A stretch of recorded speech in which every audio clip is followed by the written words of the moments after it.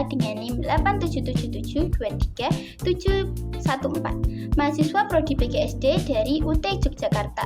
Dalam video kali ini saya akan menjelaskan mengenai peran ontologi, epistemologi, dan aksiologi. Saya akan menjelaskan mengenai hakikat berfilsafat. Berfilsafat berasal dari kata filosofia. Filsafat adalah proses berpikir mendalam untuk mencari kebenaran yang hakiki. Berfilsafat berarti secara terus-menerus berupaya berpikir untuk mencapai kebaikan dan kebenaran. 3 pilar filsafat ilmu.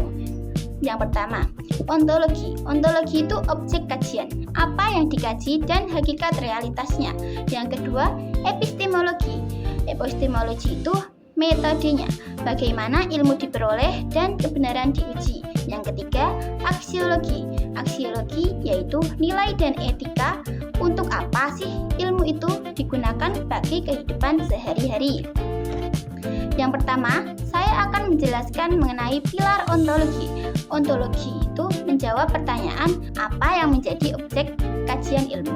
Fokusnya adalah memahami hakikat realitas dari suatu yang dipelajari, seperti objek materi dalam ilmu. Ontologi dalam pendidikan itu apa saja? Ontologi dalam pendidikan dengan objek kajian menelaah realitas proses pendidikan dan cara manusia berkembang. Yang kedua, paradigma, menetapkan model atau pola dasar untuk menjelaskan fenomena pendidikan. Yang ketiga, hakikatnya untuk memahami esensi hubungan antara pendidik, didik, dan lingkungan belajar. Yang kedua, pilar epistemologi.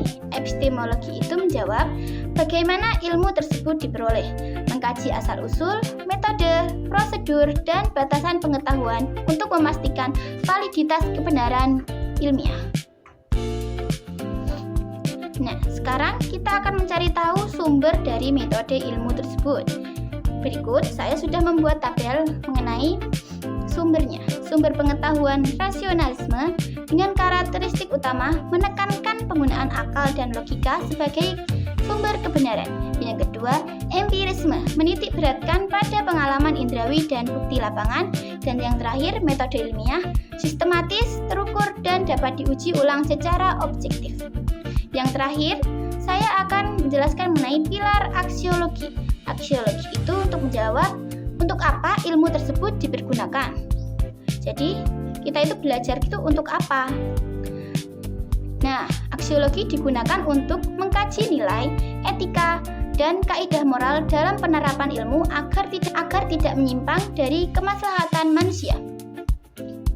Tanggung jawab moral ilmu itu apa saja? Di sini saya akan menjelaskan tentang tanggung jawab moral ilmu. Ilmu pengetahuan tidak bebas nilai.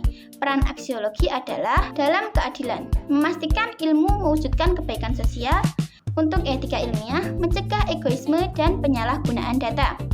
Ada nih pepatah yang mengatakan, tanpa moral adat buta, moral tanpa ilmu itu lemah. Setelah kita membahas ketiga pilar tersebut, tentunya dong ada keterkaitannya antara 3 pilar tersebut. Ketiga pilar ini merupakan satu kesatuan yang tidak dapat dipisahkan. Dari yang pertama, ontologi memberikan dasar substansi atau materi. Yang seterusnya, epistemologi memberikan kerangka keabsahan atau validitas. Dan yang terakhir, aksiologi memberikan tujuan dan norma kegunaan. Integrasi ketiganya menciptakan ilmu pengetahuan yang utuh, fungsional, dan bermoral. Saya akan menjelaskan kesimpulan dari materi yang sudah saya jelaskan. Filsafat ilmu berperan vital dalam memperkuat paradigma pendidikan melalui yang pertama, pemikiran kritis dan reflektif. Kedua, pendekatan belajar holistik. Yang ketiga, integrasi antara ilmu dan moral. Sekian video yang dapat saya jelaskan. Wassalamualaikum warahmatullahi wabarakatuh.